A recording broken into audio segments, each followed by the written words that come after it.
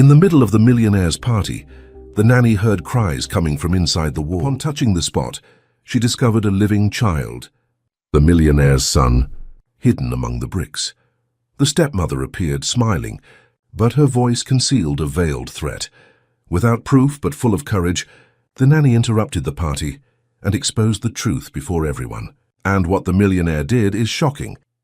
The afternoon sun gilded the details of the imposing mansion in the most exclusive gated community in the Hamptons. The immaculate gardens were receiving the final touches for the party that would take place that night.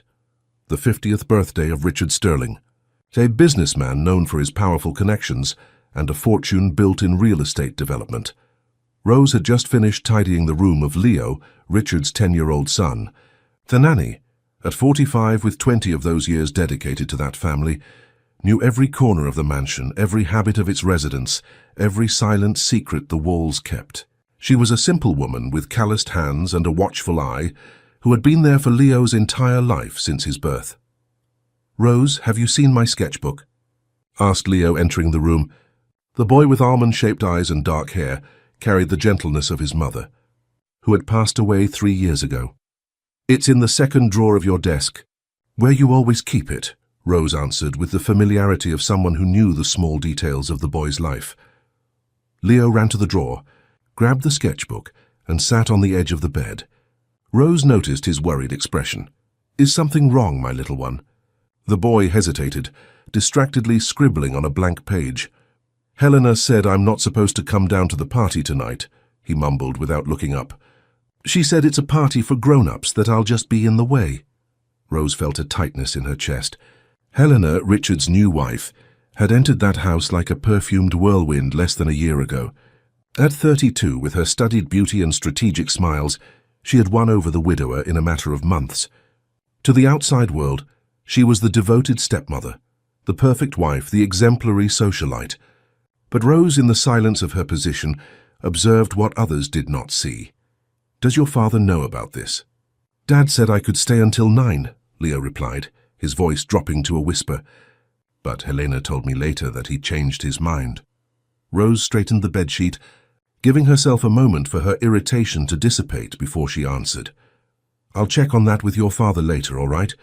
I'm sure he wants you around on his birthday." The truth was, Rose had noticed the growing distance between father and son since Helena's arrival.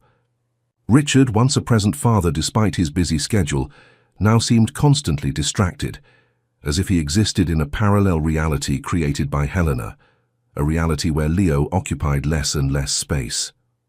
"Rose." Helena's melodious voice echoed down the hall before she appeared at the door, a perfectly painted smile framing her face. "I need you to help with the flower arrangements in the main hall. The florists have just arrived." Her gaze landed on Leo sitting on the bed with his sketchbook. "And you, darling, shouldn't you be with your piano teacher now? Remember, we agreed you would play something for your father before you go to bed." Helena's smile didn't reach her eyes, which remained calculating, assessing every reaction. Rose noticed the slight tremor in Leo's shoulders, the way he flinched almost imperceptibly. "I'm going now." "Helena," the boy answered, closing his sketchbook. Helena approached, stroking Leo's hair with fingers tipped with perfectly manicured nails. "Good. You know how disappointed your father gets when you don't keep your commitments, don't you?" Rose swallowed hard. That was Helena's specialty. The veiled threat, the subtle manipulation, the pressure applied to the most vulnerable points. "Come on." "Rose," Helena continued, her expensive perfume leaving a trail in the air. "The guests will start arriving in a few hours, and there's still so much to do." As she followed Helena through the luxurious corridors of the mansion, Rose watched her studied walk, her always elegant posture, the way every movement seemed rehearsed for an invisible audience. In that kingdom of marble and crystal, Helena reigned like an ice queen, wrapping Richard in her web with surgical precision. In the main hall, florists were working on the extravagant decor Helena had ordered. Opulent arrangements of rare orchids and white roses transformed the space into a modern fairy tale setting. The guest list included influential politicians, powerful business leaders, and celebrities, all carefully selected by Helena to solidify her position in high society. "I want those flowers higher," Helena ordered one of the florists, pointing to the central arrangement. It must be visible from every point in the hall. Rose helped silently, arranging the tables according to the instructions she'd received. From a distance, she watched Richard enter the hall, engrossed in a phone call. When Helena saw him, her face transformed instantly, adopting an expression of adoration and sweetness that Rose knew was just another of her masks. "Darling, finally," Helena exclaimed, approaching Richard and kissing him on the cheek. "I was just thinking of you. What do you think of the arrangement?" Richard looked around, clearly not very interested in the decor. "It looks great, as always," he replied distractedly. "Where's Leo? I promised we'd review his piano performance before the party." A flash of irritation crossed Helena's eyes so quickly it would have been imperceptible to anyone not watching closely. Rose, however, didn't miss the detail. "He's at his piano lesson, dear. Remember, you insisted he not miss any lessons?" Helena replied, her voice honeyed. "Besides, I was thinking, don't you think Leo will be bored at the party? It's all adults, conversations he won't understand. Perhaps it would be better if he stayed in his room after playing for you." Richard hesitated, and Rose knew that hesitation. It was the moment he would give in, as he had been giving in more and more frequently to Helena's suggestions. "Maybe you're right," he finally agreed. "He can stay until 8.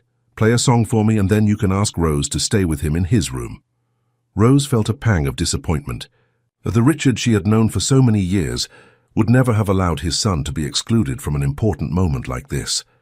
The man who had promised his dying wife that he would always put his son first was gradually disappearing under Helena's influence. The afternoon wore on, and the mansion buzzed with final preparations. Uniformed staff moved about discreetly, adjusting details under Helena's critical gaze. In the kitchen, renowned chefs prepared sophisticated delicacies. Outside, security guards reinforced the perimeter to receive the illustrious guests. Amidst all the movement, Rose found a moment to check on Leo. The boy was in the music room, seated at the piano, his fingers gliding hesitantly over the keys. When he saw her, he gave a small smile. "I'm going to play Mom's favorite song," he said, "for Dad's birthday." Rose approached, gently placing a hand on the boy's shoulder. "He's going to love it, I'm sure." At that moment, Rose couldn't imagine that in just a few hours, the perfect facade of this wealthy family would begin to reveal its deepest cracks, nor that she would be the only person capable of preventing silence from forever swallowing what little truth remained in that house of appearances. The first guests began to arrive punctually at 8 o'clock. Limousines and luxury cars formed an elegant line at the entrance to the Sterling mansion. Rose watched discreetly from the service corridor as women in designer dresses and men in impeccable suits were greeted by Richard and Helena, who formed the perfect couple under the strategically placed lights of the entrance hall. Helena was resplendent in a red dress that accentuated her curves without sacrificing elegance. Her arm was linked with Richard's with a possessiveness disguised as affection. From time to time, she would whisper something in her husband's ear, making him smile, a smile that Rose noticed never quite reached his eyes. Leo had already given his brief performance on the piano. He played his late mother's favorite piece with a surprising depth of emotion for someone so young. When he finished, there was a moment of silence in which Rose saw Richard's eyes well up. Helena quickly approached, breaking the connection between father and son. "Wonderful, darling. Now how about you go upstairs with Rose? You have school early tomorrow, and the adults will be up late talking about boring things," she said, smiling as she discreetly nudged him in the nanny's direction. Before Richard could protest, an important senator approached to greet him, and Helena skillfully steered her husband away from his son. Leo glanced at his father one last time before following Rose up the stairs. "You played beautifully," Rose commented as they ascended. "For your father was moved." "He didn't even get to talk to me," Leo replied, disappointment evident in his voice. "Helena always does that. She doesn't like it when we're together." Rose wanted to contradict the boy, to say he was imagining things, but she couldn't. Leo's sharp perception matched her own observations exactly.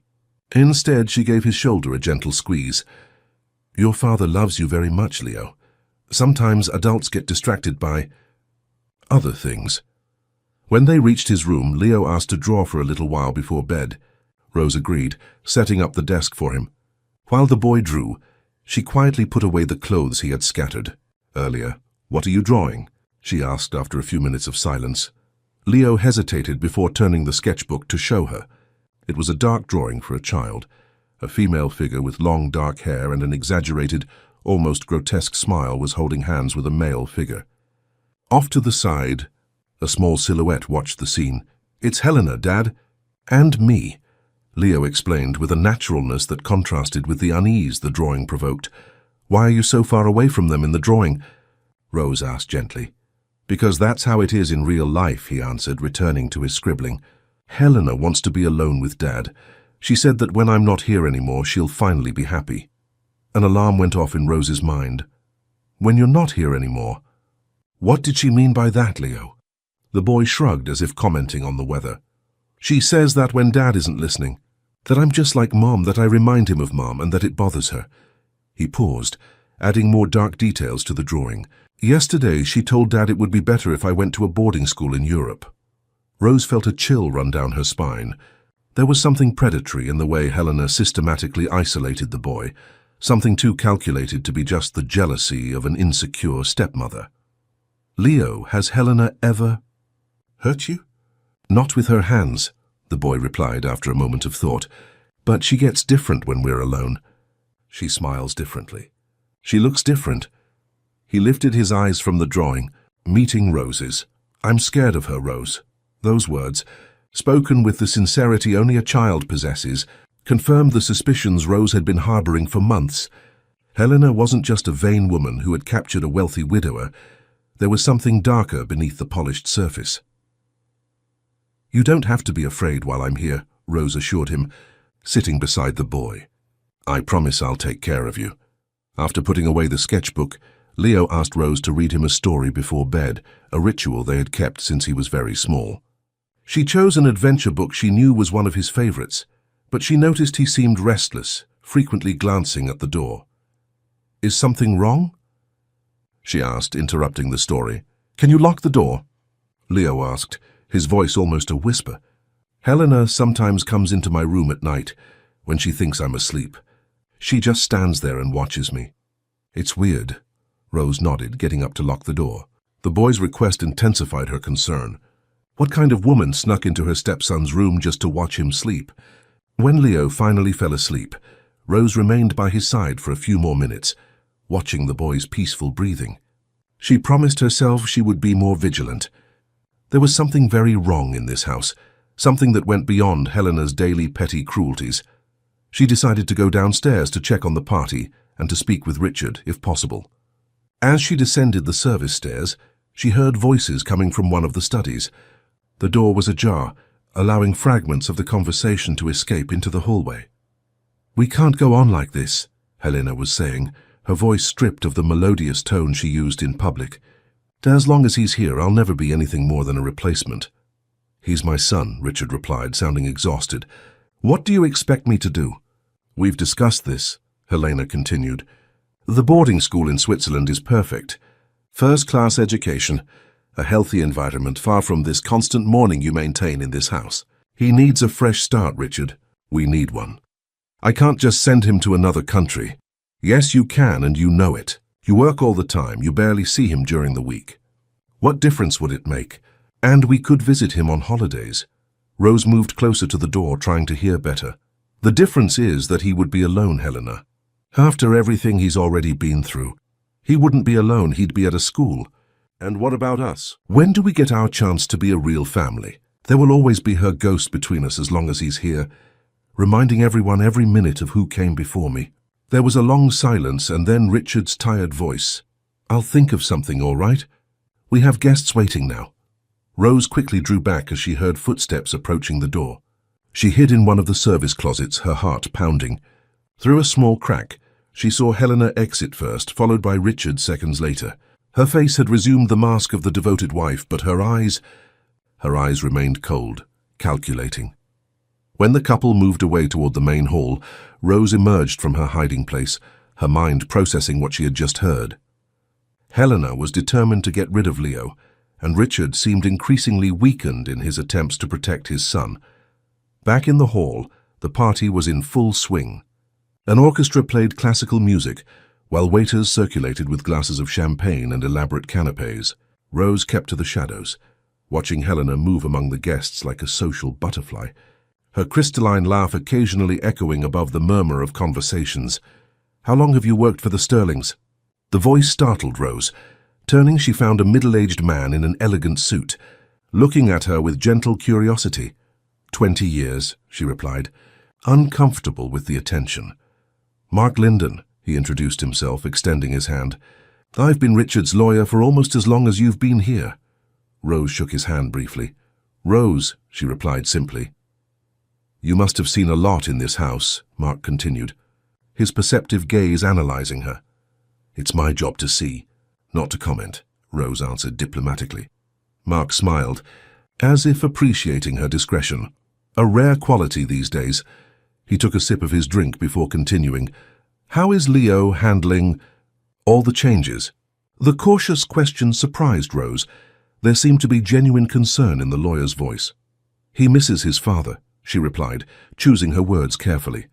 "Things have been different since Mrs. Sterling arrived." Mark nodded thoughtfully. "Richard has changed. Everyone notices, but no one says anything. It's as if Helena has—" He paused, as if reconsidering what he was about to say. "Well, it doesn't matter. I was just worried about the boy. He reminds me so much of his mother."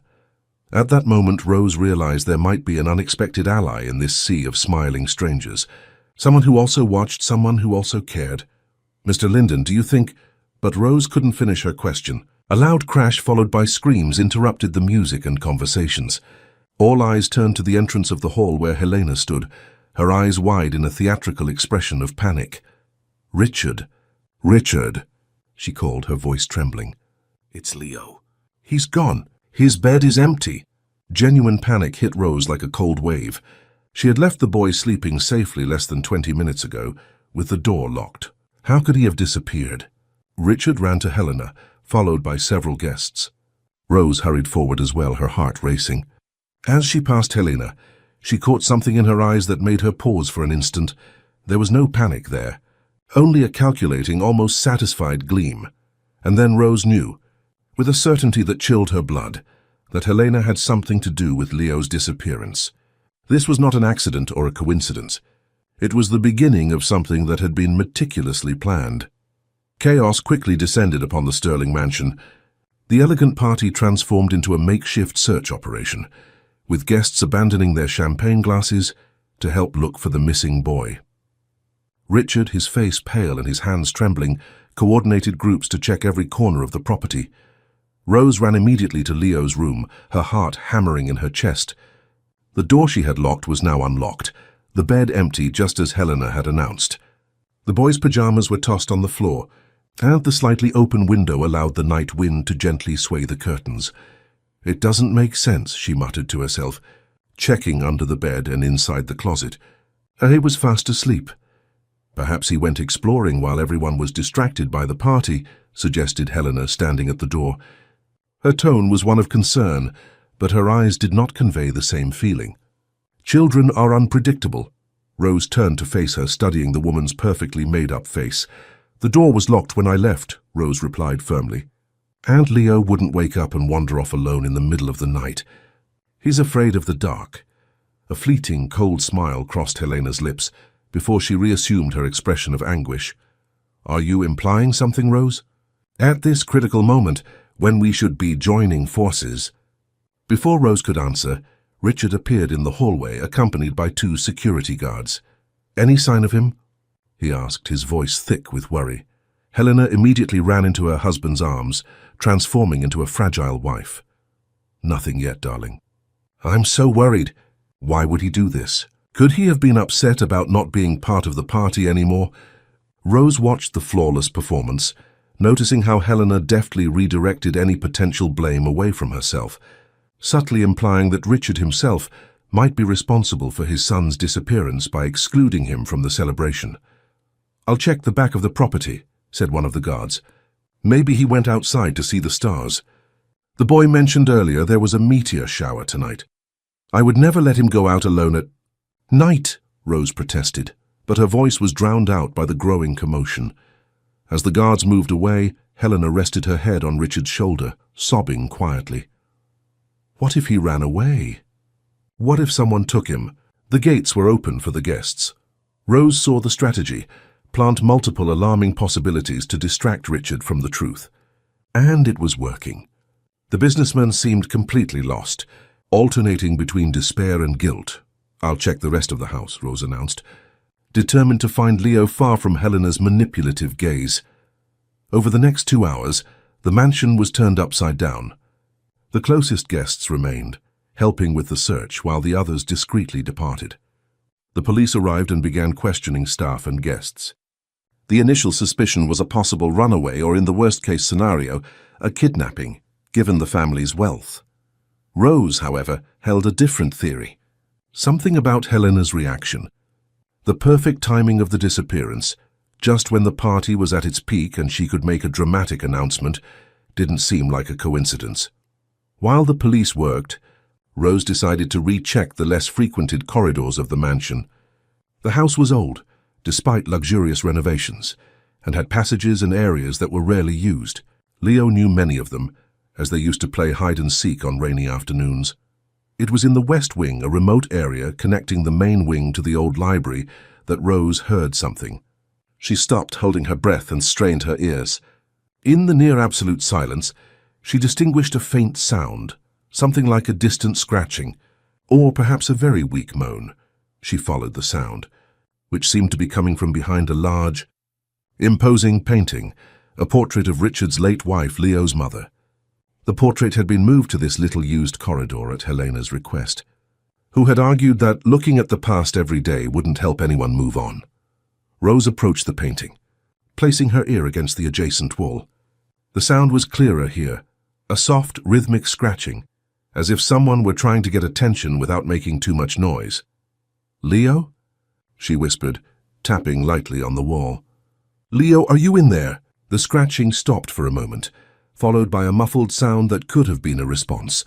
Rose felt her heart race. There was something or someone behind that wall. Carefully examining the painting and the surrounding area, Rose noticed something strange, an almost imperceptible line in the wall forming a rectangle. She pressed different spots until she heard a soft click. A section of the wall, a camouflage door, gave way by a few inches. Rose carefully pulled the opening wider, revealing a dark, confined space, a secret compartment between the walls of the old mansion, likely an old service passage sealed during renovations. And there, huddled in the corner, was Leo. His wide eyes reflected fear and relief upon recognizing Rose. "Rose," he whispered, his voice hoarse. She said it was a game.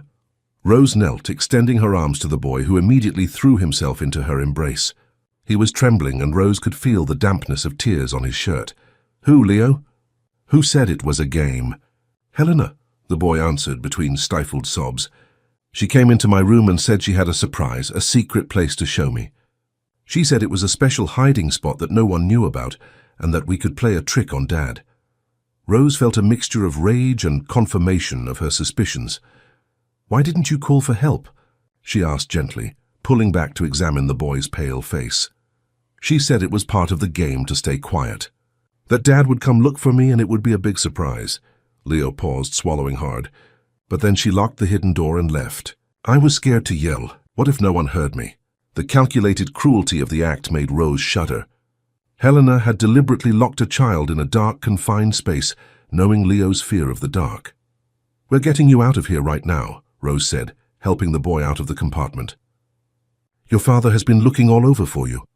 Before they could move away, the sound of heels on the marble floor made Rose stop. Helena appeared in the corridor, her red dress contrasting with the paleness of her skin. For a moment, upon seeing Leo out of his hiding place, an expression of fury crossed her face, quickly replaced by a radiant smile. "Leo!" "Thank God," she exclaimed, rushing toward them. "We were all so worried." "Where were you hiding, darling?" Rose placed herself protectively in front of the boy, who clung to her legs. "I think you know exactly where he was, Helena," Rose said, her tone calm but firm. "Since you're the one who put him there." Helena's smile faltered for a fraction of a second, before widening even further, now with a note of condescension. "What are you talking about?" I was in the hall with Richard and the police. She addressed Leo in a melodious voice. Darling, you gave us a terrible scare. Why did you hide like that? Leo shrank further behind Rose. You know why, he mumbled, almost inaudible. You said it was a game. Helena laughed, a crystalline and perfectly modulated sound. What an imagination! You must have been dreaming, darling. I would never play such a dangerous game. She turned to Rose, her gaze hardening while she maintained her smile. Rose, you seem exhausted. This whole situation has been stressful for all of us. Why don't you get some rest? I'll take Leo to Richard. No, Leo exclaimed, gripping Rose's skirt even tighter. I want to stay with Rose. Helena's expression froze for an instant before she took a step forward, extending a hand to Leo with false sweetness. Come now, darling. Don't be stubborn. Your father is very worried. Rose stood her ground. We'll all go find Richard together, she suggested, holding Helena's gaze. I'm sure he'll be relieved to know Leo is safe and sound. The two women stared at each other for long seconds, a silent battle of wills, with the frightened child between them. Finally, Helena took a step back, her smile now as cold as ice. Of course, let's all go, she agreed with false lightness. But Rose, there are things that are not for your eyes. You're tired? Perhaps you're confused. The veiled threat in her sweet words did not go unnoticed. Rose understood what Helena was implying. If she spoke about the hiding place, about what Leo had told her, her word would be questioned. After all, who would believe a servant over the elegant and socially respected wife of Richard Sterling? I'm not confused, Helena, Rose replied calmly. And I'm sure Leo isn't either. Helena narrowed her eyes, all pretense of cordiality momentarily forgotten. Be careful. Rose, 20 years of loyalty can be forgotten in an instant when it comes to serious accusations. Her voice dropped to an icy whisper. Think carefully about what you're going to say. A distraught nanny making accusations without proof. Who would be believed? Who would be fired? The group was interrupted by the sound of approaching voices. Helena immediately recomposed her expression of maternal concern, and when Richard appeared in the corridor, accompanied by 2 police officers, she rushed to hug Leo with exaggerated emotion. Richard! Rose found our boy. Thank God he's all right. Richard knelt, hugging his son tightly. Leo, where were you? We were so worried. Before the boy could answer, Helena intervened. He must have gotten scared by all the commotion of the party and hidden, right, darling? Children sometimes do impulsive things. Rose watched how Helena subtly directed the narrative, giving Leo no space to tell his version. The boy looked at Rose, his eyes pleading for guidance. Leo has something to say. Richard, Rose said, ignoring Helena's warning glare. Richard looked at his son expectantly, but Helena quickly placed a hand on the boy's shoulder, squeezing lightly.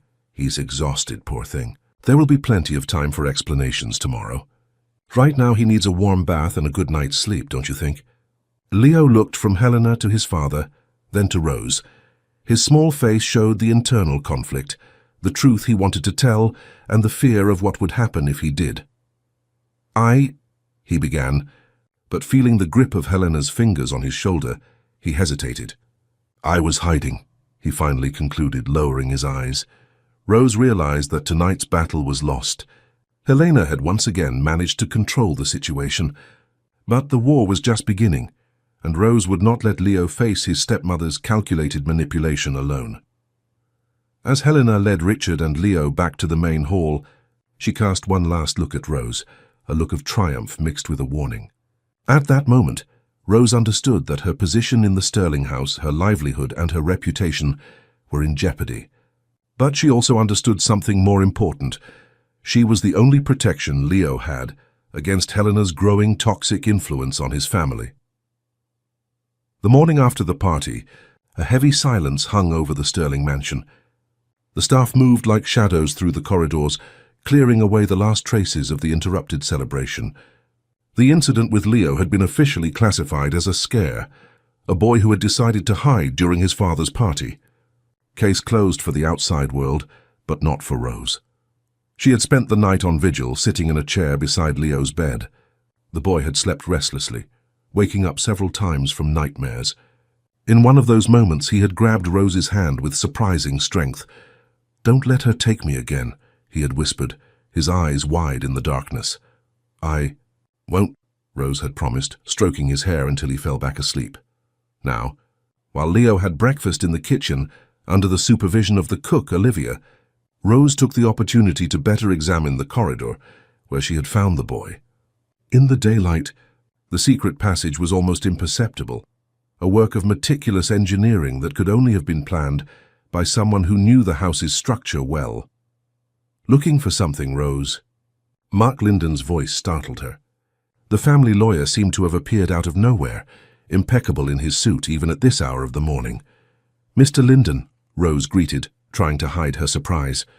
"I didn't expect to see you here today. Richard asked me to resolve a few matters after yesterday's incident." He approached, looking at the wall Rose had been examining. An interesting area to be exploring. There was something in his tone that made Rose suspect Mark knew more than he was letting on. "You know this house well," she commented, not as a question but as a statement. Mark nodded, running his hand over the wall's surface where the hidden mechanism was. "I've known it since before Richard bought it. In fact, I was the one who recommended it to him when Fiona was still alive." A faint, nostalgic smile touched his lips. She loved the historical details, the secret passages, said it gave the place an air of mystery that matched her romantic soul. "So you know about the passages," Rose concluded, watching him intently. "Some of them. The house belonged to a Gilded Age tycoon who had a certain paranoia about security. He built several escape routes and hiding places." He pointed to the portrait of Richard's late wife. "This corridor, for example, has at least 2 hidden entrances that I know of." Rose pondered for a moment whether she should entrust her suspicions to Mark. He seemed genuinely concerned about Leo, and his long history with the family could make him a valuable ally. "Mr. Linden," she began cautiously, "what happened yesterday wasn't a simple case of a child hiding." Mark studied her with his perceptive eyes. "I suspected as much when I saw the boy's reaction. He didn't look like someone who had played a prank, but someone who was genuinely terrified." "Helena locked him in that passage," Rose said quietly, checking to see if anyone was nearby. "Leo told me. She said it was a game, led him there and locked him in." Mark's expression hardened, but he didn't seem surprised. "Are you sure about this?" Absolutely. I found him trembling with fear. And when I confronted Helena, she threatened me, in a veiled way. But it was a clear threat." Mark took a deep breath. "Processing the information. This is serious." "Rose, very serious." He looked around before continuing. "I've been watching Helena ever since she came into Richard's life. There's something calculated about her actions, as if every move is part of a larger plan. Do you think she wants to get rid of Leo permanently?" Rose asked, verbalizing her greatest fear. "I don't know exactly what she wants, but I know that Leo is an obstacle for her. As long as he exists, Helena will never have total control over Richard or his fortune." Rose felt a shiver run down her spine. "We have to protect him," she said with determination. "Yes, but we need to be cautious. Helena is smart and has Richard completely entangled in her web. A direct accusation without concrete proof could backfire on us." Mark paused, thinking. "Do you have any way to record what happens when no one is looking?" Rose thought of the small recorder she sometimes used to take notes when she went to the market. "I have a recorder. It's not very sophisticated, but it works." "Good, keep it with you, and try not to leave Leo alone with her under any circumstances." Mark checked his watch. "I need to speak with Richard now. He called me to discuss some changes to his will." "Changes to his will?" Rose felt a new wave of concern. "What kind of changes?" "I don't know yet. Helena might be pressuring him to make amendments that benefit her." Mark adjusted his tie, preparing to leave. "Stay alert, Rose, and know that you can count on me." After Mark left, Rose remained in the corridor, absorbing everything that had been said. The situation was even more dangerous than she had initially imagined. If Helena was convincing Richard to modify his will, it could mean her plans for Leo were advancing more quickly than Rose feared. With the recorder in mind, Rose decided to go back to her room to get it. On the way, she heard voices coming from Richard's study. The door was ajar, allowing fragments of the conversation to escape. "Boarding school is the best option for him now." "Richard," Helena was saying, her voice seductive but firm. "After yesterday's incident, it's clear he needs a more structured environment." "I don't know, Helena. He's still so young." Richard's voice sounded hesitant. It's precisely because he's young that we need to act now. That school in Switzerland has specialists in childhood trauma. They can help him overcome the loss of his mother in a way we can't hear. Rose felt her stomach sink. Helena was using the incident she herself had created as an argument to send Leo away. What if we talked to a specialist first? Someone who could come here and evaluate him. Of course, darling, if that makes you feel better, Helena agreed, her voice now softer. But think about it. The longer he stays here, reliving painful memories, the harder his recovery will be. Sometimes a new environment is the best medicine. Rose didn't need to see Helena's face to imagine the calculating expression behind the compassionate words. She continued on her way to her room, determined to get the recorder and not let it out of her sight. In her simple room in the staff wing, Rose rummaged through a drawer until she found the small device. She tested it to make sure it still worked, then slipped it into the pocket of her uniform. It wasn't much, but it might be the only chance to get concrete proof against Helena. Back in the kitchen, Rose found Leo still sitting at the table, drawing distractedly while Olivia prepared lunch. The boy looked up when she entered, a small smile lighting up his face. "Rose, where were you?" "I needed to get something from my room," she replied, sitting beside him. "What are you drawing?" Leo turned the paper so she could see. It was a drawing of a complex labyrinth with thick walls and few exits. "It's the house," he explained with unsettling calmness, "with all the places where someone could get stuck." Rose and Olivia exchanged a worried look. "Why are you drawing that, sweetie?" Rose asked, keeping her voice calm. "So I'll know how to get out if it happens again," Leo answered, continuing to trace lines on the paper. "Helena said there are other places like that one, places where no one can hear you." Rose felt a chill run down her spine. "When did she say that?" "Last night, after you left to get some water. She came to my room to say good night." He made air quotes with his fingers around the phrase good night, a surprisingly adult gesture for a child his age. "She said that if I told anyone about our game, especially Dad, she would show me much worse places in the house." Olivia, who had been listening silently while chopping vegetables, approached the table. "Leo, dear, why don't you go show your drawings to Peter in the greenhouse? He was asking about you earlier." Peter, the elderly gardener who cared for the mansion's exotic plants, was one of the few staff members Leo genuinely enjoyed visiting. The boy nodded, gathering his drawing materials. "Can I go, Rose?" "Of course." "The greenhouse is clearly visible from several windows, and Peter is trustworthy," Rose replied, understanding Olivia's intention to get the boy out of the room so they could talk. When Leo had left, Olivia moved closer, lowering her voice. "This isn't normal. Rose, that woman. There's something wrong with her." "Very wrong." Rose nodded, relieved to find someone else who noticed Helena's disturbing behavior. "She locked Leo in a secret passage yesterday, Olivia. She told him it was a game and left him there in the dark alone." Olivia's eyes widened. "My God, so that's what happened?" "Everyone was talking about the boy hiding, but it was Helena, and now she's pressuring Richard to send him to a boarding school in Switzerland. She wants to get rid of him permanently." Olivia dried her hands on her apron, a nervous gesture that betrayed her concern. "I've heard stories like this before, you know.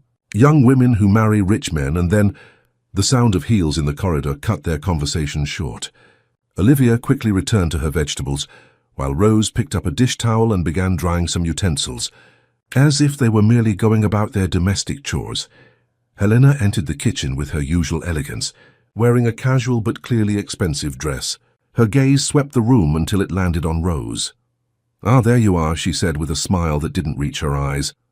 "Richard and I need to speak with you in the study. Now, please." The tone was polite, but the order was clear. Rose placed the dish towel on the counter, giving Olivia a meaningful look, which she returned with a discreet nod, a silent agreement that she would keep an eye on Leo. "Of course, Mrs. Sterling," Rose replied, following Helena out of the kitchen. In the hallway, Helena slowed her pace, so they walked side by side, maintaining a plastic smile on her lips. "You know, Rose," she began in a low voice, "I've always admired your dedication to this family. 20 years is a long time. It would be a shame if something were to tarnish that impeccable record." Rose kept her face impassive, though her heart had quickened. "I have nothing to hide. Mrs. Sterling." Helena laughed softly, a melodic sound that, like everything about her, felt rehearsed. We all have something to hide, dear. The question is, what are we willing to do to protect our secrets? She paused for calculated effect before continuing. Richard and I are considering important changes for Leo's well-being. We hope to have your unconditional support. The threat was clear between the lines. Rose felt the weight of the recorder in her pocket. She would have to be extremely cautious. My only concern has always been, and always will be, Leo's well-being, she replied firmly.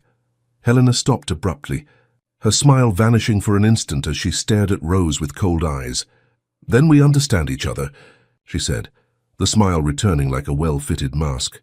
Because believe me, Rose, I also only want what's best for everyone in this family, and I will do whatever is necessary to ensure it. With that, Helena resumed her path toward the study, her heels tapping a determined rhythm on the marble floor. Rose followed, aware that she was about to face a crucial moment. Whatever Helena and Richard wanted to discuss, it would be decisive for Leo's future, and perhaps for her own.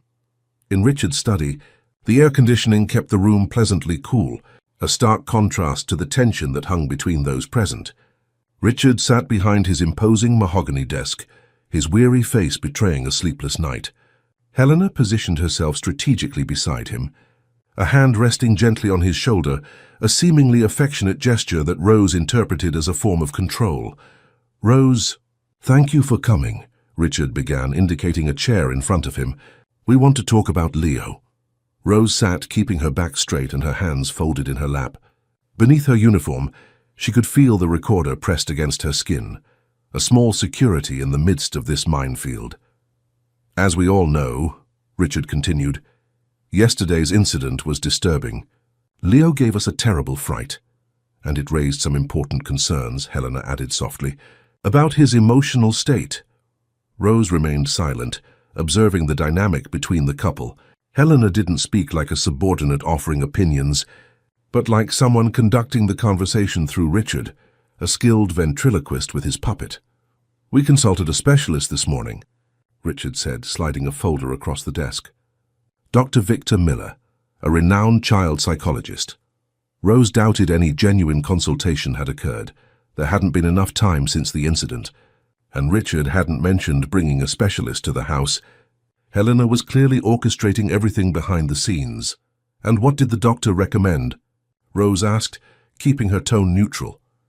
"He suggested that a completely new environment could benefit Leo," Helena answered, before Richard could open his mouth. "A place without traumatic triggers." "Traumatic triggers?" Rose repeated, looking directly at Richard. "This house is Leo's home, the place where he grew up, where he has memories of his mother." A shadow crossed Richard's face at the mention of his late wife, a detail not lost on Helena, who squeezed his shoulder lightly. "And perhaps that's exactly the problem." "Rose," Helena interjected with a compassionate voice, "every corner of this house reminds him of what he's lost. Dr. Miller believes it might be hindering his grieving process." Rose knew she had to be careful. A direct confrontation with Helena would be counterproductive right now, especially without proof of what had really happened the night before. "I understand the concern," she said finally, "but I think what Leo needs most right now is stability and the people who love him close by. And it's precisely because we love him that we're considering the boarding school in Switzerland." Helena countered with a benevolent smile. "The Alpine Institute is world-renowned for its therapeutic program integrated with education. Leo would have access to the best specialists, a safe environment, and he would be thousands of miles from home." "Alone," Rose completed, unable to fully contain herself. Richard cleared his throat, finally taking back control of the conversation. "Rose, I've trusted you for 20 years. I know how much you care about Leo." He seemed genuinely conflicted. "That's why we wanted to discuss this with you before making a final decision. Your opinion is important." Helena shot a quick glance of displeasure at her husband, which Rose caught out of the corner of her eye. "Richard, what happened yesterday?" Rose began, cautiously aware of the recorder in her pocket. "This was an opportunity to record something. Leo told me something concerning about how he ended up in that place." "Rose," Helena interrupted firmly, her smile now completely gone, "Leo is an imaginative child. We know he's had trouble distinguishing reality from fantasy since his mother's passing. Dr. Miller specifically mentioned that traumatized children often create alternative narratives to cope with stressful situations. Exactly, Richard agreed, nodding as if repeating something he had rehearsed. He probably hid on impulse and then felt ashamed, so he invented a story to justify his actions. Rose realized that Helena had prepared Richard for this conversation, anticipating any possibility of Leo revealing the truth. The manipulation was so skillful, it was almost admirable in its calculated perfection. "I see," Rose said, strategically retreating. Direct confrontation wouldn't work. She needed more concrete proof. "When do you plan to make this decision about the boarding school?" "The semester starts in 3 weeks," Helena replied promptly. "Ideally, we'd like to have everything settled by the end of this week so he has time to prepare." 3 weeks. Rose felt the urgency of the situation.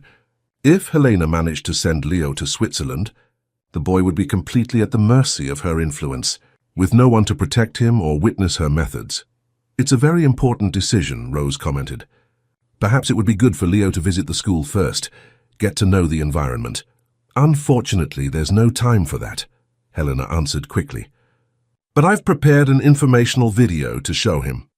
I'm sure he'll be excited about the facilities and activities offered." Every one of Helena's answers revealed how much she had already planned, how every detail had been considered to ensure her plan moved forward without obstacles. "There's one more thing." "Rose," Richard said, suddenly looking uncomfortable. "Helena suggested, and I agree, that it might be good for Leo to start getting used to the idea of more independence." "What does that mean exactly?" Rose asked, though she already feared the answer.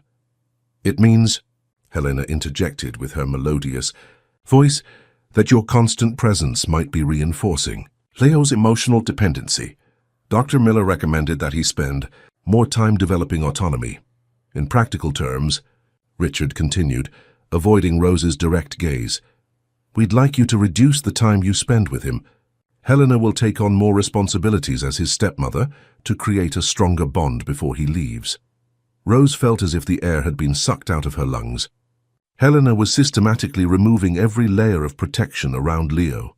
"I understand," she replied in a controlled voice. "And what about at night? Leo has been having frequent nightmares." "That's precisely why he needs to learn to face them on his own," Helena answered. "I won't be able to be with him in Switzerland every night, will I?" Her smile was sweet, but her eyes remained calculating. Rose realized she was being meticulously pushed aside, so Helena could have unrestricted access to Leo in the days leading up to his departure, days when anything could happen without witnesses. "If I may be frank," Rose said, deciding to risk a little more, "Leo seems frightened in Helena's presence when they are alone. Perhaps it would be better." "That's absurd," Helena exclaimed, momentarily dropping her serene facade. "I have done my utmost to be a good stepmother." "Richard, did you hear that?" Richard seemed genuinely surprised by Rose's veiled accusation. "Rose, that's a very serious statement," he said, frowning. "Helena has been tireless in her efforts to help Leo overcome his trauma. To imply that he fears her?" "I'm not implying anything, Mr. Sterling," Rose replied calmly. "I'm simply reporting what I've observed. As Leo's nanny for 10 years, I thought my observation would be relevant." Helena quickly regained her composure, returning to the role of the patient wife and dedicated stepmother. "I understand your concern." "Rose," she said with false understanding, "it's natural for you to feel insecure about the changes. After all, you practically raised Leo. It must be difficult to accept that it's time to take a step back." The insinuation was clear. Rose was being driven by jealousy or possessiveness, not genuine concern. Richard sighed, running a hand through his graying hair, a gesture Rose knew well, indicating his discomfort with conflict. "Look, Rose, no one is questioning your dedication to Leo. On the contrary, but we all need to work together in this new phase for his sake." Rose realized she was losing ground quickly. Helena had manipulated the situation to put her on the defensive, making her concerns seem irrational or motivated by personal interests. "Of course, Mr. Sterling," she finally replied. "My only concern has always been Leo's well-being." "Excellent," Helena interjected, clearly eager to end the conversation. "So from today, you will only be with Leo during his lessons and at mealtimes. I will handle his afternoon activities and his bedtime routine." Rose felt a wave of panic but kept her expression neutral. How could she protect Leo if she barely had access to him? "There's one more thing," Helena added with a polite smile. "Richard and I have planned a short weekend trip to the country estate. We'll leave tomorrow and be back Sunday night. It will be good for Leo to have a change of scenery before the big move." "A trip?" Rose couldn't hide her surprise. "So suddenly?" "It was my idea," Helena explained, stroking Richard's shoulder. "I thought we all needed a break after yesterday's scare. And it will be a good opportunity to strengthen our family bonds, won't it?" Rose immediately understood the strategy. An isolated weekend away from any watchful eyes, where Helena would have total control over Leo and could continue her psychological manipulation without interference. "Of course," she replied, trying to buy time to think. "Leo is very fond of the estate. Actually, Rose," Richard said, again looking uncomfortable, "we thought we'd go just the three of us. A family moment, you understand." Helena's plan was complete, to completely isolate Leo from his most trusted protector. "I understand perfectly," Rose said, maintaining a professional tone despite the red alert blaring in her mind. "When do you plan to tell Leo about the boarding school?" "We thought we'd tell him on Sunday on the way back," Helena replied. "After a pleasant weekend, he'll be more receptive to the idea." Rose nodded mechanically, her mind working furiously to find a way to protect Leo. Time was running out fast. "If there's nothing else to discuss," Helena said, moving toward the door, "I believe we all have tasks to attend to. Rose, could you see to it that Leo's bags are packed for the weekend?" "Certainly," Rose replied, standing up. "Excuse me." As she left the study, Rose felt the weight of the recorder in her pocket. She had managed to record part of the conversation, but she doubted there was anything incriminating enough to stop Helena's plans. She needed to find more concrete proof, and quickly. In the hallway, away from the eyes of Richard and Helena, Rose allowed herself a moment of true panic. The situation was more dire than she had imagined. Helena was systematically and efficiently isolating Leo, creating the perfect conditions for whatever dark plan she had in mind. And most alarmingly, she was about to have an entire weekend, isolated with the boy to advance her goals. Rose knew she couldn't let Leo go on that trip, nor could she let him be sent to a boarding school in Switzerland. But how could she stop it without concrete proof of Helena's intentions? How could she convince Richard that the woman he loved posed a real danger to his own son? Time was running out, and Rose needed a plan, something that would expose Helena's true face before it was too late for Leo. Rose found Leo in the library, engrossed in one of his favorite books about explorers. Upon seeing her, the boy smiled, but his smile quickly faded to concern when he noticed the nanny's tense expression.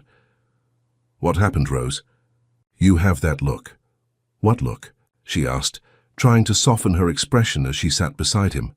"The look you get when something's wrong but you don't want to scare me." Rose was always surprised by Leo's perceptiveness.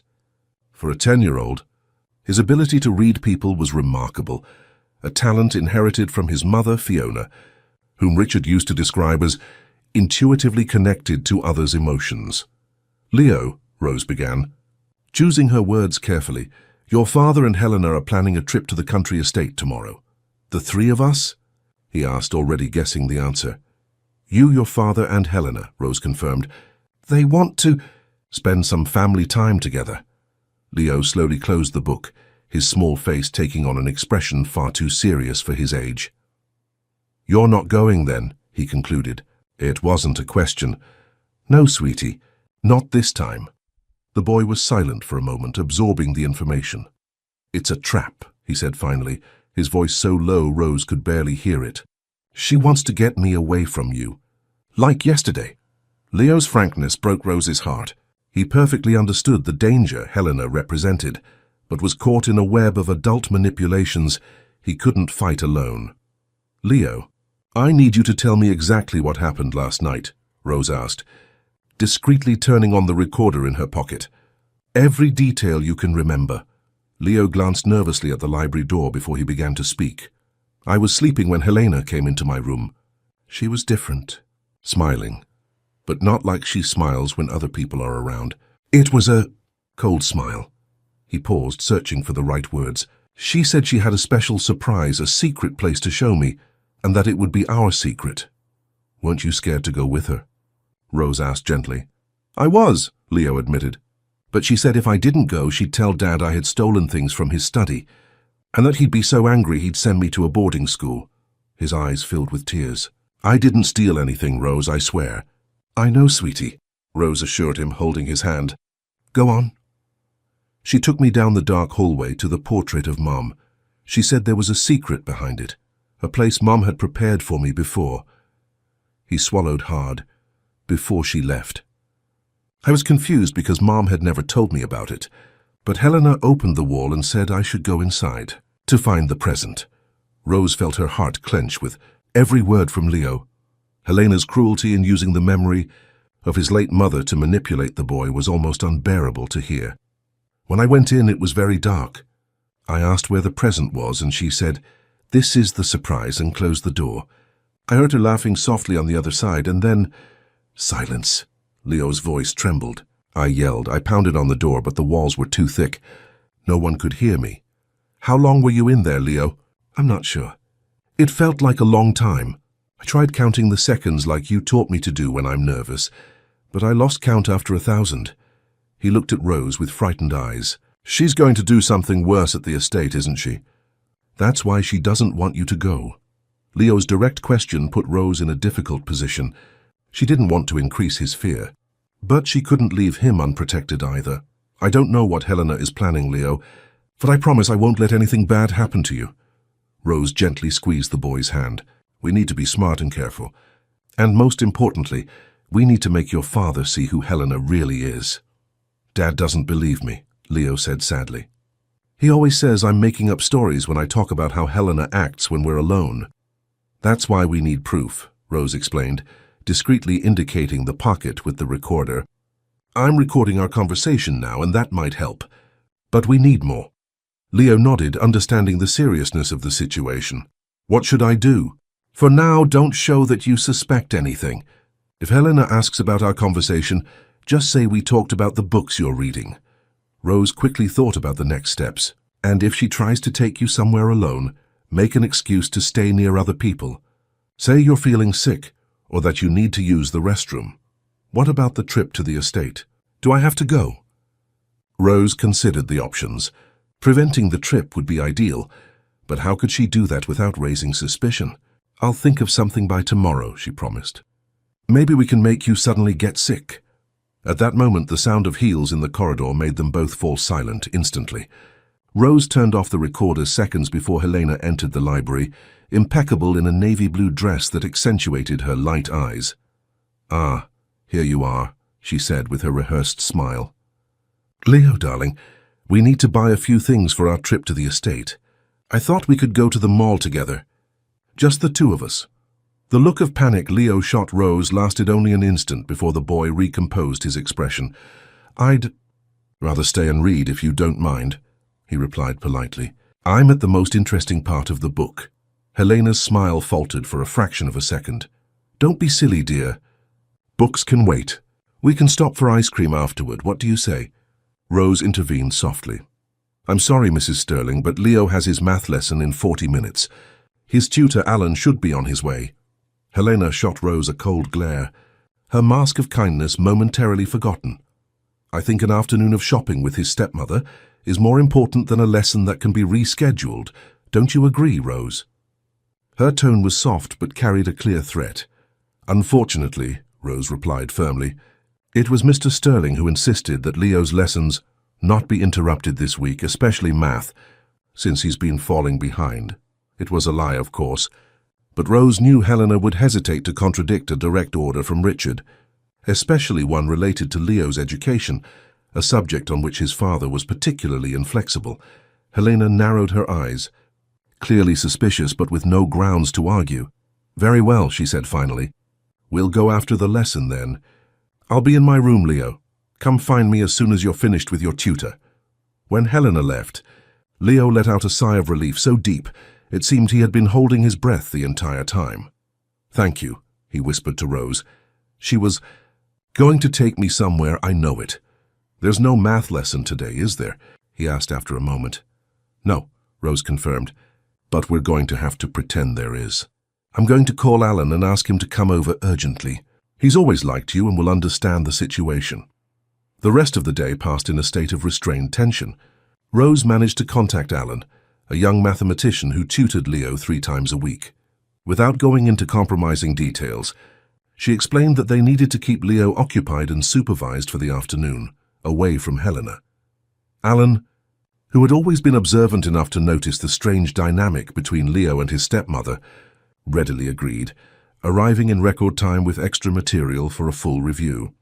During the impromptu lesson, Rose took the opportunity to execute the next part of her plan. She went to Helena and Richard's room, where the bags for the trip were being packed by one of the maids. "You can leave this to me, Agnes," Rose said to the young maid. "I know exactly what Leo needs to pack." Agnes, relieved to return to her other duties, left the room without question. Once she was alone, Rose quickly checked Helena's makeup bag, which was open on the vanity. Among the various luxury products, she found what she was looking for, a bottle of eye drops. With her heart racing, Rose swapped the bottle for a nearly identical one from her pocket, a common eye drop, but one that caused temporary redness and mild irritation, used by actors to simulate crying. It wasn't dangerous, but it would be enough to fake a convincing case of pink eye in Leo the next morning, preventing the trip to the estate. It was a risky and improvised plan, but Rose was desperate. She needed to buy time to gather more concrete evidence against Helena, and she couldn't allow Leo to be completely at the stepmother's mercy for an entire weekend. After packing Leo's clothes for the trip, a trip she was determined to prevent, Rose left the room as quietly as she had entered. As she walked down the hall, she reflected on her next steps. The recorder now held Leo's testimony about the incident in the secret passage, but would it be enough? Helena could easily discredit the boy's words, attributing them to a child's imagination or a desire for attention. Richard, blinded by love for his new wife, would likely accept that explanation. Rose needed something more, something irrefutable that would expose Helena's true intentions.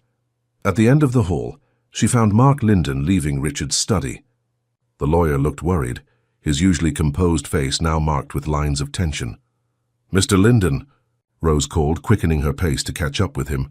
Mark stopped, glancing around quickly to ensure they were alone. "Rose, I was just thinking of how to find you discreetly." "Did something happen?" she asked, noticing the gravity in his expression. "Richard signed the preliminary papers for the boarding school in Switzerland," he informed her in a low voice. "And he made changes to his will." Rose felt her stomach sink. What kind of changes? The kind that significantly benefits Helena if something were to happen to him. Or to Leo. Mark nervously adjusted his glasses. "I tried to advise him against it, but Helena was present for the entire meeting. She has an influence over him that I've never seen before." "She's planning something for this weekend," Rose said urgently. "A trip to the estate, just the 3 of them. I'm afraid of what might happen away from any witnesses." Mark nodded grimly. "I suspected something like this was coming when I saw the rush to finalize the documents."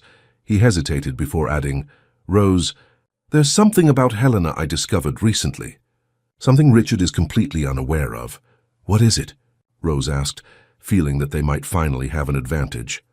"She's not who she says she is," Mark replied, lowering his voice even more. The background she presented to Richard, her supposed aristocratic European family, the social connections, all fabricated.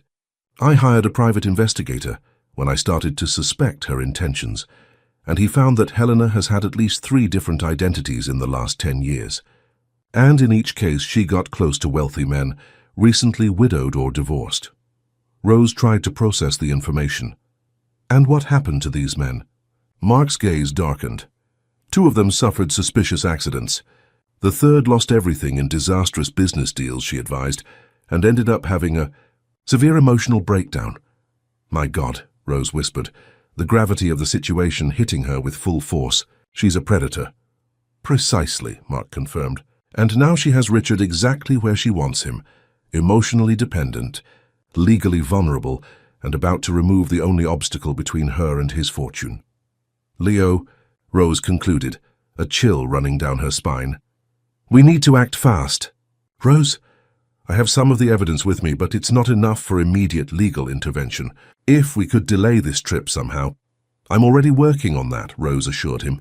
But we need a plan to expose Helena for good before it's too late. Mark checked his watch and frowned. I have to go now.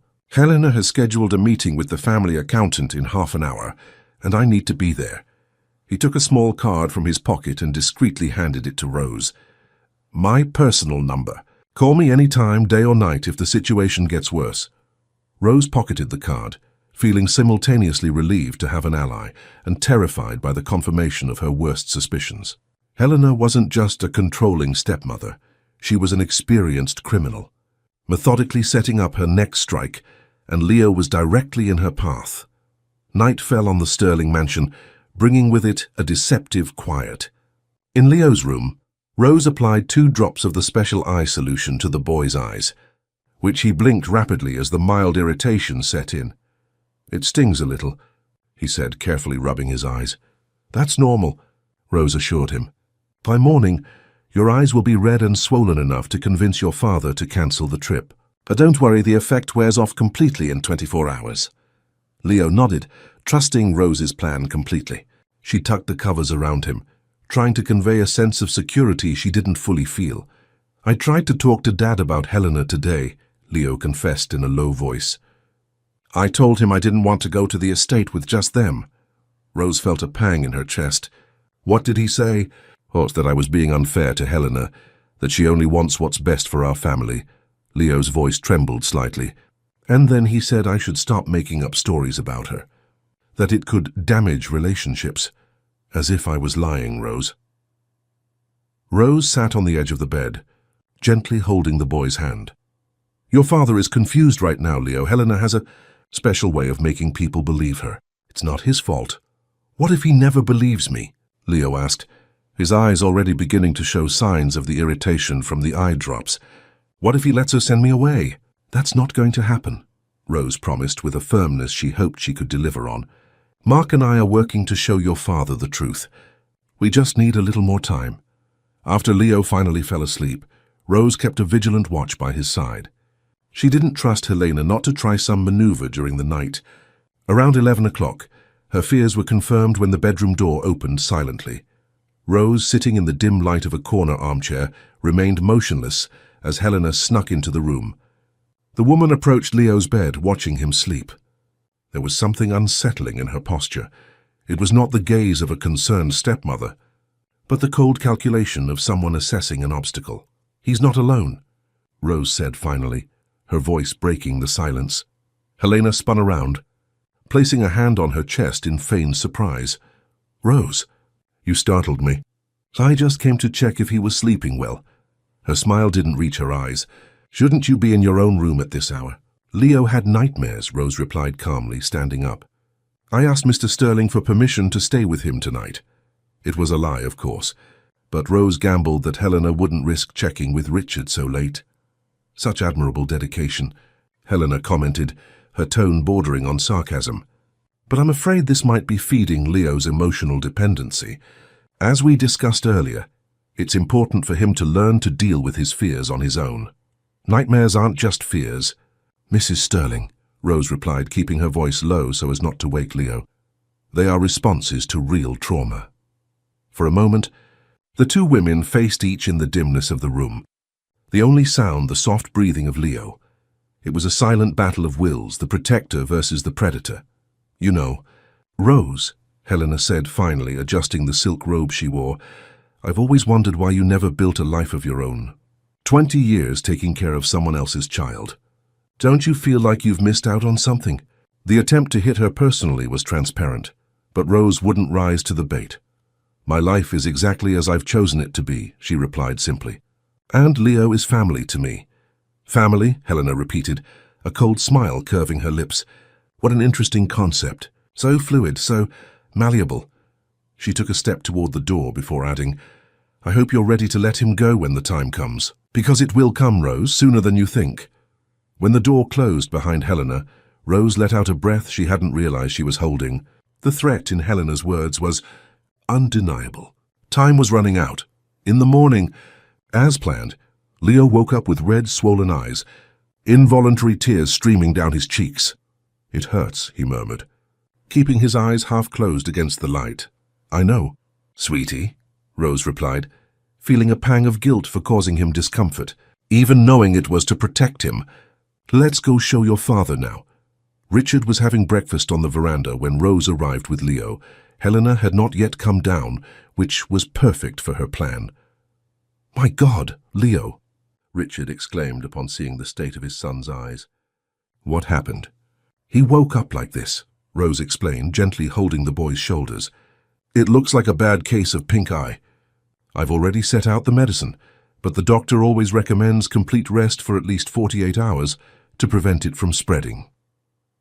Richard frowned, placing a hand on Leo's forehead to check for a fever. "Does this mean the trip?" he began. "Will have to be postponed," Rose completed firmly.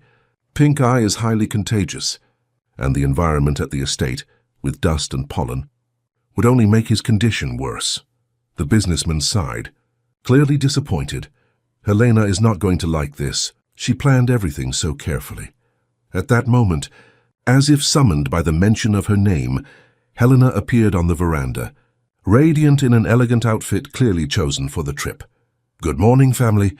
Her smile froze when she noticed Leo's inflamed eyes. "What happened to you?"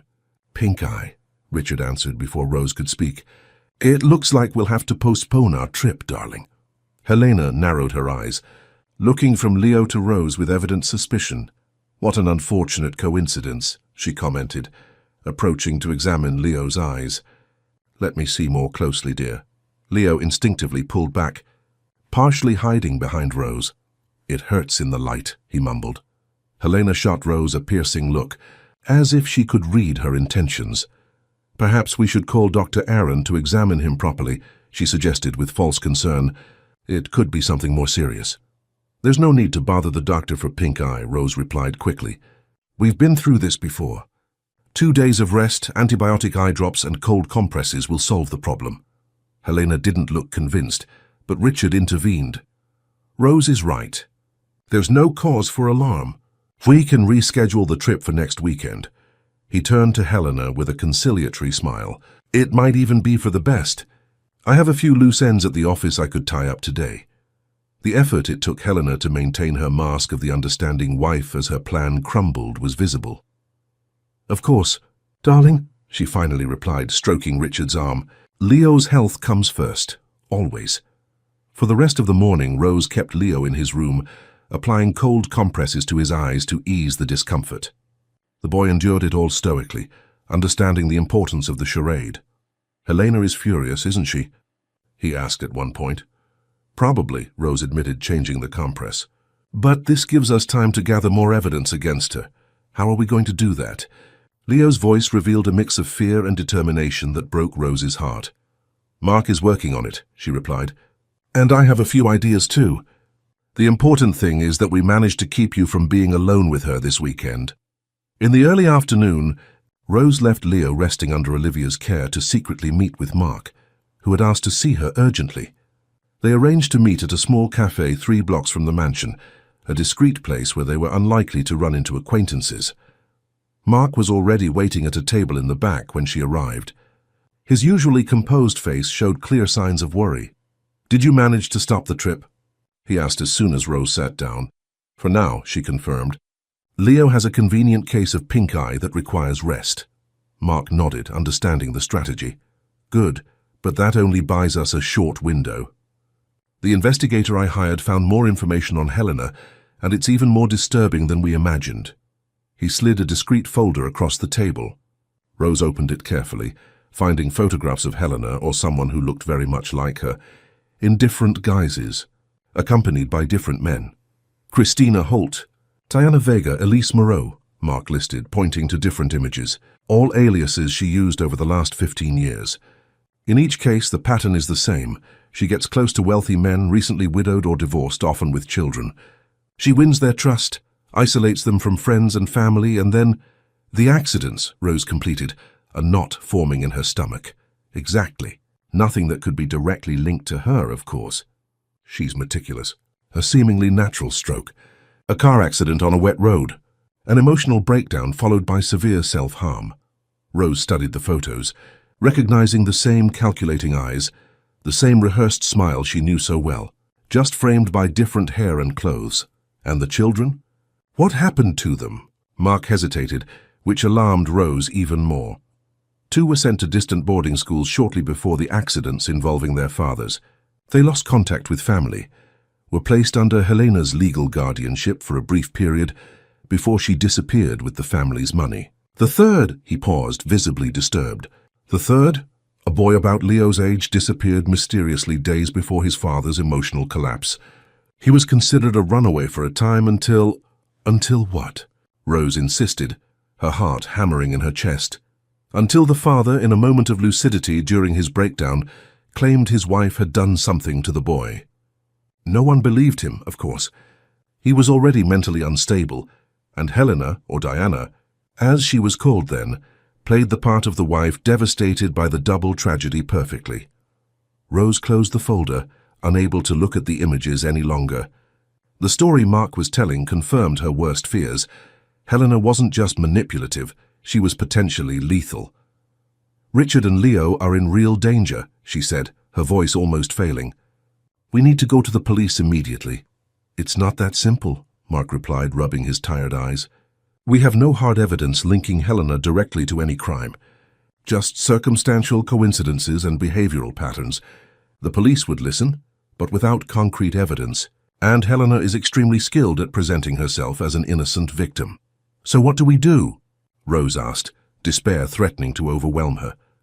Mark leaned across the table, lowering his voice even further.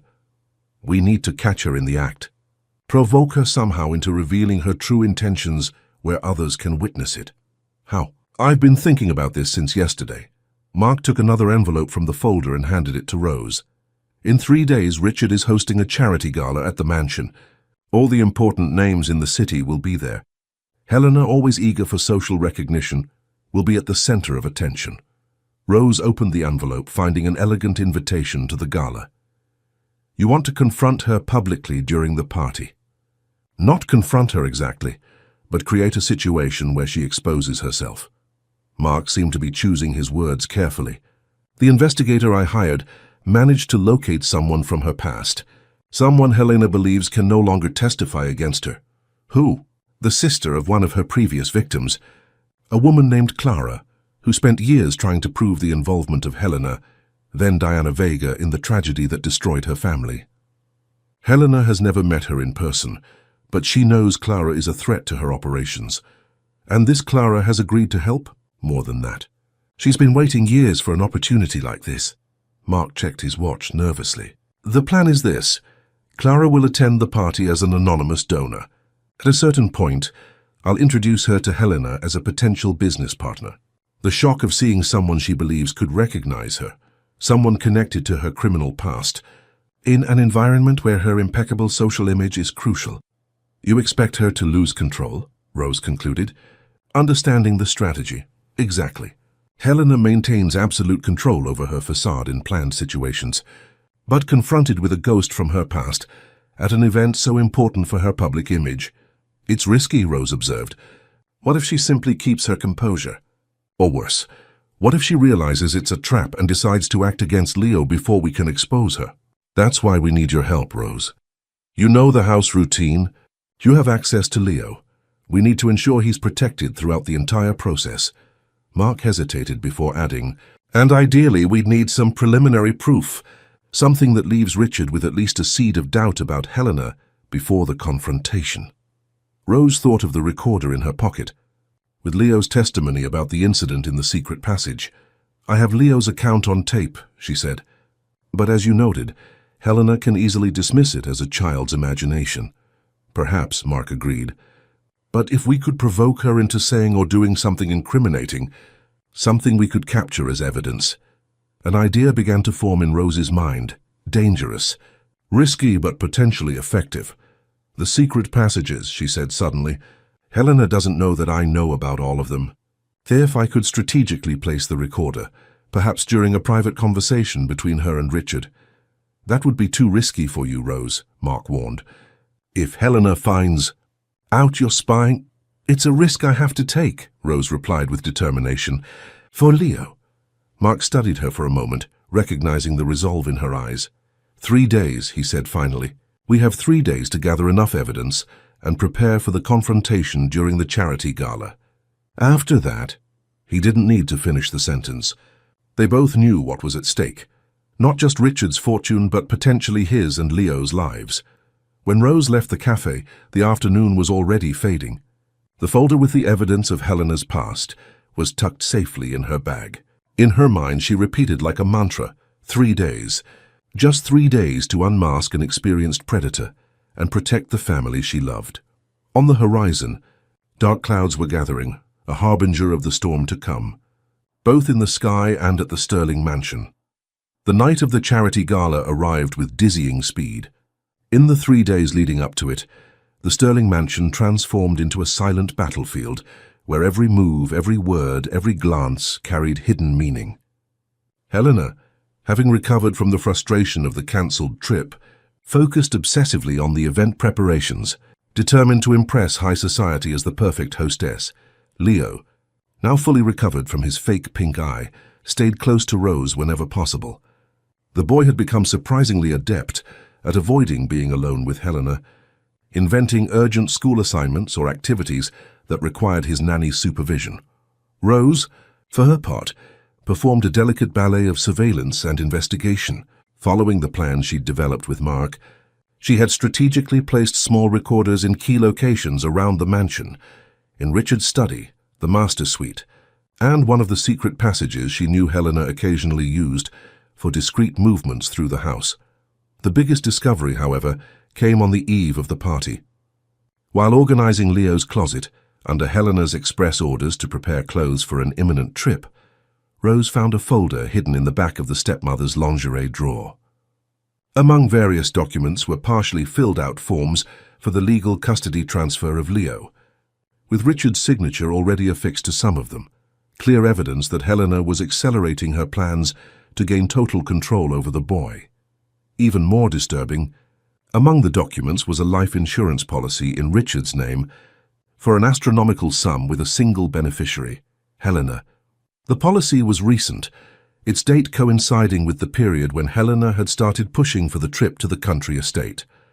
The discovery confirmed Rose's darkest suspicions. Helena wasn't just planning to send Leo away, but also to eliminate Richard after securing access to his fortune. Now, as she supervised the final adjustments to Leo's formal attire for the party, Rose felt the weight of responsibility on her shoulders. The evidence was stored in a safe place, ready to be presented at the right moment. Mark had confirmed that Clara would arrive discreetly, an hour after the party started, giving Helena time to become fully immersed in her role as the impeccable hostess. "You look very handsome," Rose said, adjusting the bow tie on Leo's small tuxedo. "Do I really have to go?" the boy asked, his discomfort evident. "Helena will be watching me the whole time. It's important that you're there, at least at the beginning," Rose explained gently. "Your father expects it, and we need to keep up appearances until the right moment." She knelt to be at the boy's eye level. "Besides, we agreed you'd only stay until 9, remember? Then you'll come back to the room with me, away from all the commotion." Leo nodded, not entirely convinced. "What if something goes wrong? What if Helena figures out what you're planning?" The boy's insight never ceased to amaze Rose. Despite their efforts to shield him from the darker details of the plan, Leo intuitively understood the gravity of the situation. "Mark and I have thought of everything," Rose assured him, even as she felt her own uncertainty weighing on her chest.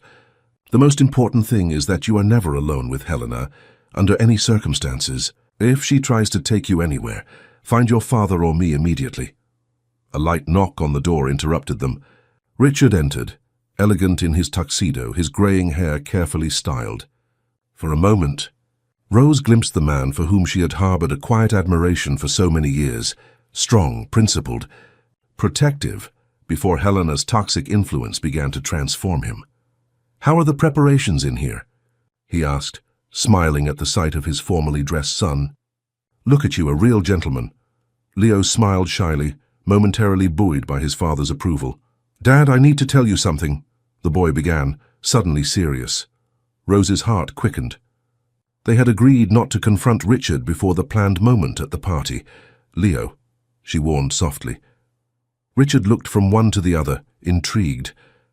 "What is it, son?" Leo hesitated, looking at Rose as if for permission.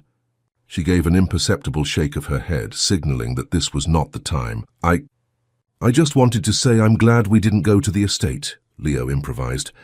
"I much prefer being at the party with you." Richard's face softened. "Me too, son. And don't worry, we'll have our weekend together soon. Helena is already planning it." He checked his watch. "The first guests should be arriving. Shall we go down? Helena wants us all to greet them as a united family." The emphasis on the word family made Rose shudder inwardly. Helena was a master at manipulating Richard's deepest desires, his longing to rebuild a family after the painful loss of Fiona. The first guests were already mingling in the main hall when Rose, Richard and Leo descended.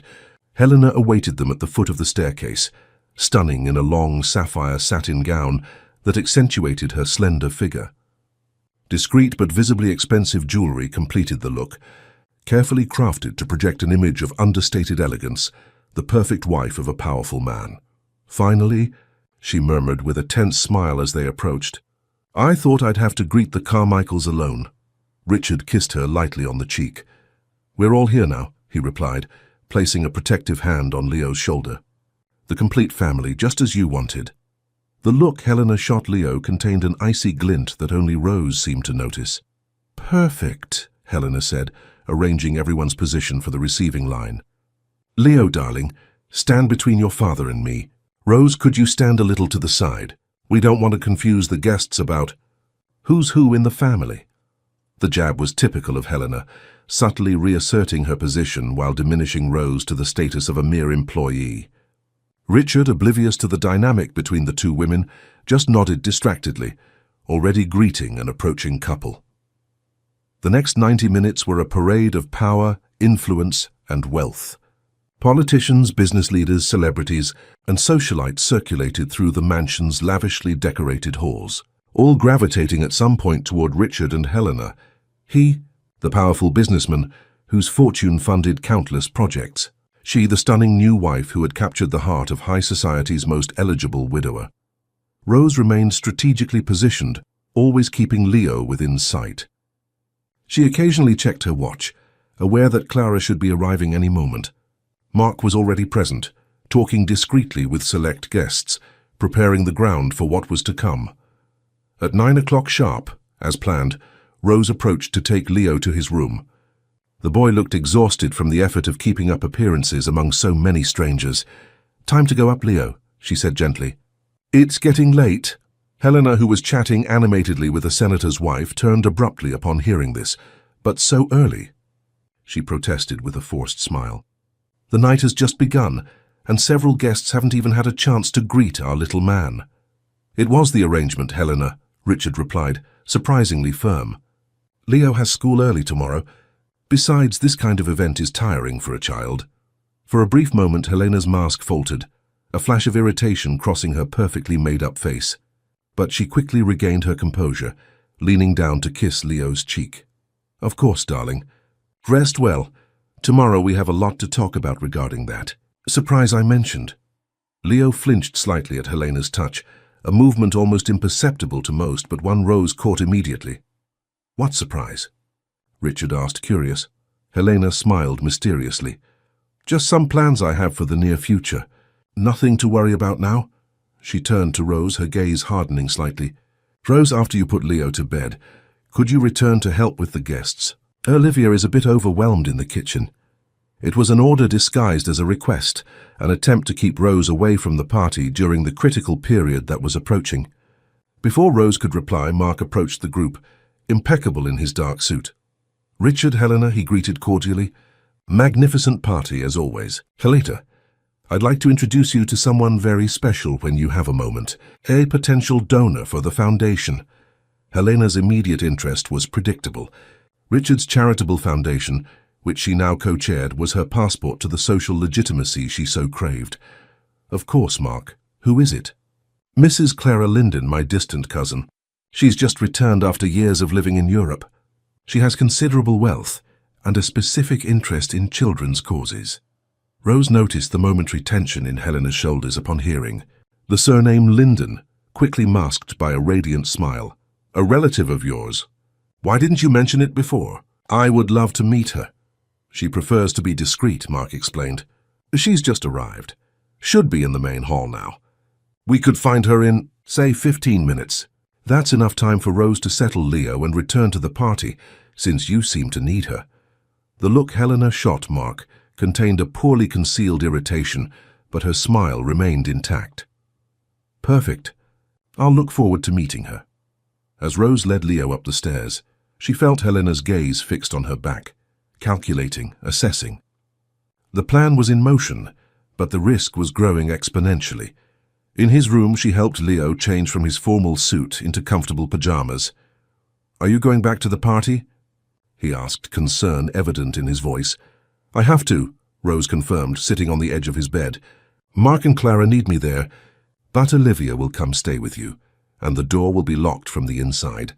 Don't open it for anyone but me or your father, understand? Leo nodded solemnly. I'm scared of what's going to happen, he confessed in a low voice. Rose held his small hands in hers. I'm a little scared too, she admitted. But sometimes we have to face our fears to protect the ones we love. You taught me that, you know. With your courage these past few days. A small smile appeared on the boy's face. Promise you'll be okay? I promise, Rose replied, kissing his forehead. And tomorrow when you wake up, everything will be different, better. Olivia arrived a few minutes later, carrying a tray with hot chocolate and cookies, a special treat for the tense evening. Rose carefully instructed her not to let anyone in, under any circumstances, and checked 3 times that the door was properly locked before heading back downstairs. The party was in full swing when Rose returned to the main hall. The orchestra played softly in a corner. Couples danced in the center, and groups chatted animatedly in small circles.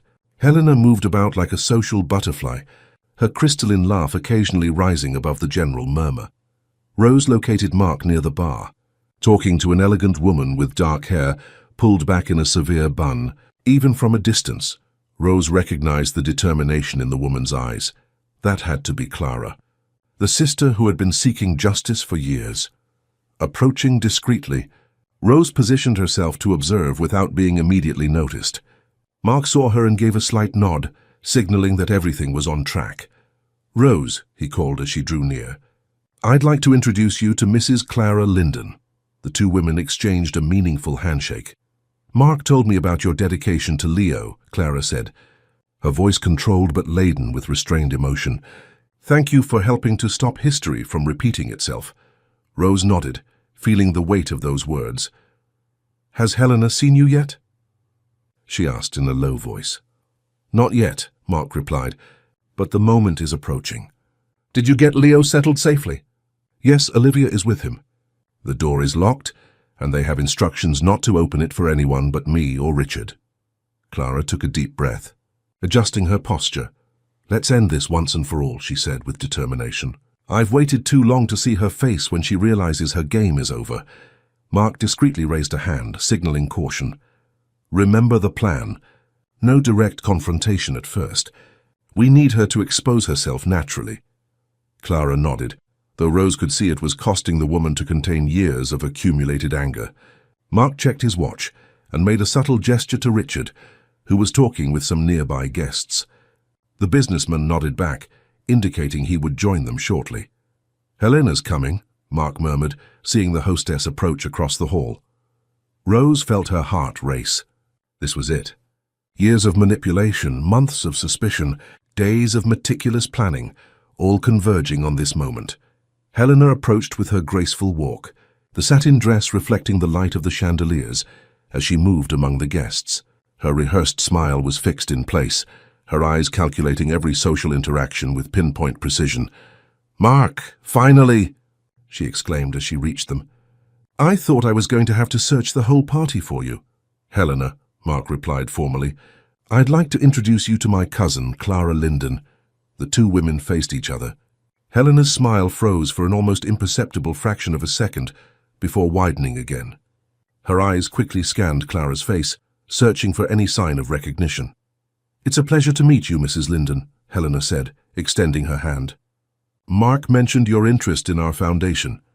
Clara accepted the handshake, holding Helena's hand a second longer than necessary. "The pleasure is mine," she replied with forced calm.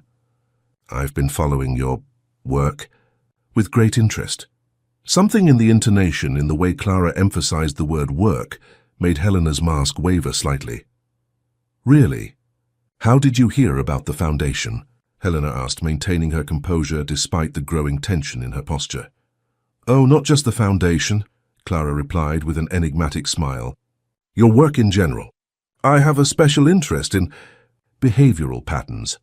Helena shot a quick glance at Mark as if trying to gauge how much he knew, how much he had revealed.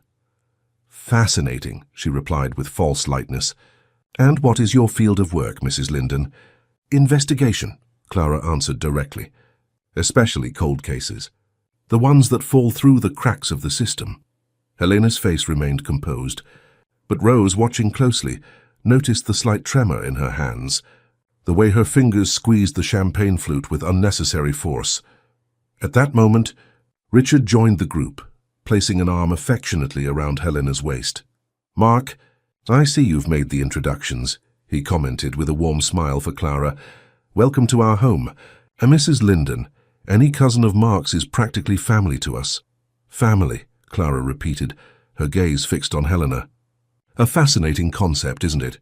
How people can move in and out of families. How identities can change." Helena paled visibly but kept her smile. "Richard, darling, I just remembered I need to check on something in the kitchen. Could you entertain our guests for a moment?" "Of course," he replied, clearly not sensing the growing tension. "But don't be long, I want to hear more about Mrs. Linden's work." As Helena tried to step away, Clara took a step forward, subtly blocking her path. "Actually, I have a particular curiosity about your wife, Mr. Sterling. She seems strangely familiar." The tension in the air became palpable. Helena stood motionless like a cornered animal assessing escape routes. "I'm sorry?" Richard asked, confused. "Your wife," Clara continued, each word carefully articulated. "She reminds me of someone I knew some years ago. A woman named Diana Vega. Do you know that name, Mrs. Sterling?" The impact of the name was visible on Helena's face. For a brief moment, her mask crumbled completely, revealing the pure panic behind the carefully constructed facade. "I don't know what you're talking about," she replied, her voice suddenly harsh. "Richard, this woman is obviously confused, or—" "I'm not confused," Clara interrupted firmly. "Just as I'm not confused about Christina Holt or Elise Moreau. All names you used before, weren't they? Before people close to you suffered. Convenient accidents." Richard looked from one to the other, completely bewildered. "What is she talking about, Helena?" Helena partially regained her composure, forcing a light laugh. "I have no idea. This woman clearly has problems, or she's mistaking me for someone else." She turned to Mark with flashing eyes. "What kind of game is this? Bringing this stranger into our home to make absurd accusations?" Mark remained calm, his professional face impenetrable. "No one is playing games, Helena. We're just seeking the truth." A small circle of guests began to form around them, drawn by the raised tone of the conversation. Rose noticed some were already whispering, watching the scene with poorly disguised curiosity. "Richard," Helena said, grabbing her husband's arm, "this woman is clearly disturbed. Ask security to escort her out." Richard seemed completely disoriented by the situation. "Helena, I'm sure there's some misunderstanding." "There is no misunderstanding," Rose interjected, stepping forward. It was time to present the evidence. "Mr. Sterling, there's something you need to see."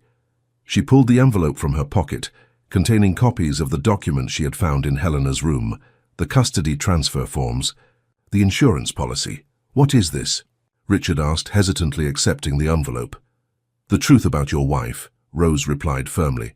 Helena tried to snatch the envelope, but Richard had already opened it, his eyes quickly scanning the documents.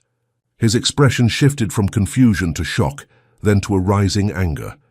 "What the hell is this, Helena? An insurance policy in my name that I never authorized.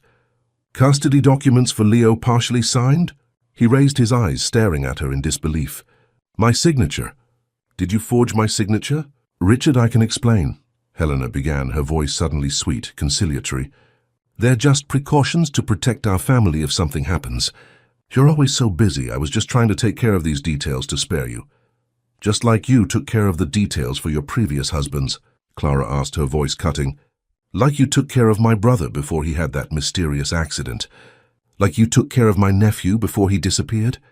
A murmur ran through the small crowd that now surrounded them. Helena's mask was visibly crumbling piece by piece as she glanced frantically around like a cornered animal.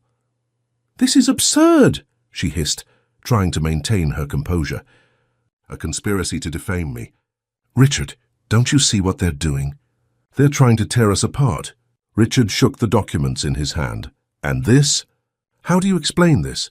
Rose must have planted it," Helena accused, her control slipping even further. "She's always been obsessively attached to you and Leo. She probably forged everything to frame me." Mark stepped forward, pulling another envelope from the inner pocket of his jacket. "The full report from the private investigator I hired, Richard. Photos, dates, witness statements. 3 prior identities. 3 wealthy men who suffered mysterious tragedies after marrying her. 2 children sent to distant boarding schools, who lost contact with their families. 1 boy who disappeared completely. Lies!" Helena screamed, completely abandoning her elegant facade. "All lies." "And this?" Rose pulled the small recorder from her pocket, pressing the play button. Leo's voice filled the tense silence. "She took me down the dark hallway to the portrait of Mum. She said there was a secret behind it. When I went in, it was very dark. I asked where the present was, and she said, 'This is the surprise,' and closed the door. I heard her laughing softly on the other side. And then silence."